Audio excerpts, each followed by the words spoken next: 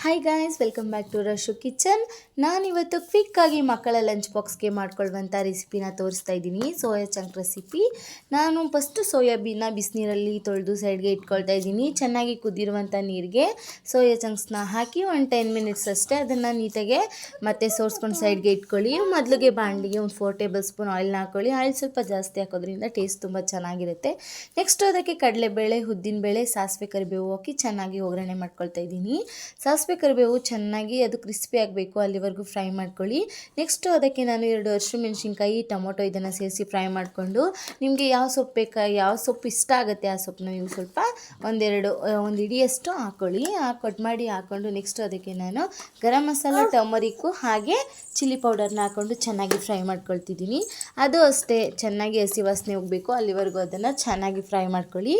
ಎಲ್ಲ ಮಾಡ್ಕೊಂಡಾದ ನಂತರ ನಾನಿಲ್ಲಿ ಸೋಯಾ ಚಂಕ್ಸ್ ರೆಡಿ ಇಟ್ಕೊಂಡಿದ್ದೆ ಅಲ್ವಾ, ಅದನ್ನು ಕೂಡ ಇಲ್ಲಿ ಸೇರಿಸ್ಕೊಳ್ತಾ ಇದ್ದೀನಿ. ಅದನ್ನು ಕೂಡ ಸೇರಿಸಿ ಚೆನ್ನಾಗಿ ಮೀಡಿಯಂ ಫ್ಲೇಮಲ್ಲಿ ಫ್ರೈ ಮಾಡ್ಕೊಳ್ಬೇಕು. ಸೋಯಾ ಚಂಕ್ಸು ಚೆನ್ನಾಗಿ ಉಪ್ಪು ಖಾರ ಹಿಡಿಯೋವರೆಗೂ ಮೀಡಿಯಂ ಫ್ಲೇಮಲ್ಲಿ ಇಟ್ಕೊಂಡು ಚೆನ್ನಾಗಿ ಅದನ್ನು ಮಸಾಲ ಮಿಕ್ಸ್ ಮಾಡ್ಕೊಳ್ಳಿ.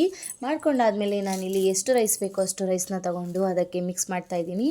ಮೇಲ್ಗಡೆ ಸ್ವಲ್ಪ ಚಿಲ್ಲಿ ಸಾಸು ಮತ್ತು ಸೋಯಾ ಸಾಸ್ ಮತ್ತು ವೆನಿಗರ್ ಇದನ್ನೆಲ್ಲ ಹಾಕಿ ಚೆನ್ನಾಗಿ ಮೀಡಿಯಂ ಫ್ಲೇಮಲ್ಲಿ ಮಿಕ್ಸ್ ಮಾಡ್ಕೊಳ್ತಾ ಇದ್ದೀನಿ.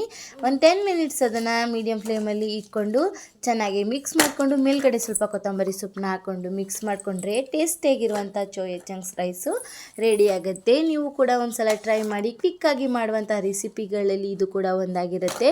ಟೇಸ್ಟು ಅಷ್ಟೇ ತುಂಬಾ ಚೆನ್ನಾಗಿರುತ್ತೆ. ಸೊ ನೀವು ಕೂಡ ಒಂದು ಸಲ ಟ್ರೈ ಮಾಡಿ. ಯಾವ ರೀತಿ ಬಂತು ಅಂತ ನನಗೆ ಕಾಮೆಂಟ್ ಮಾಡಿ. ಇದು ನಾನೇ ಮಾಡಿರುವಂಥ ಹೊಸ ರೆಸಿಪಿ. ಇದು ತುಂಬಾ ಚೆನ್ನಾಗಿತ್ತು. ಸೊ ನೀವು ಕೂಡ ಒಂದ್ಸಲ ಹಾಗೆ ಟ್ರೈ ಮಾಡಿದ್ಮೇಲೆ ಯಾವ ರೀತಿ ಬಂತು ಅಂತ ಕಾಮೆಂಟ್ ಮಾಡೋದು ಬರಿಬೇಡಿ. Thanks for watching. Please subscribe my channel. Thanks for watching.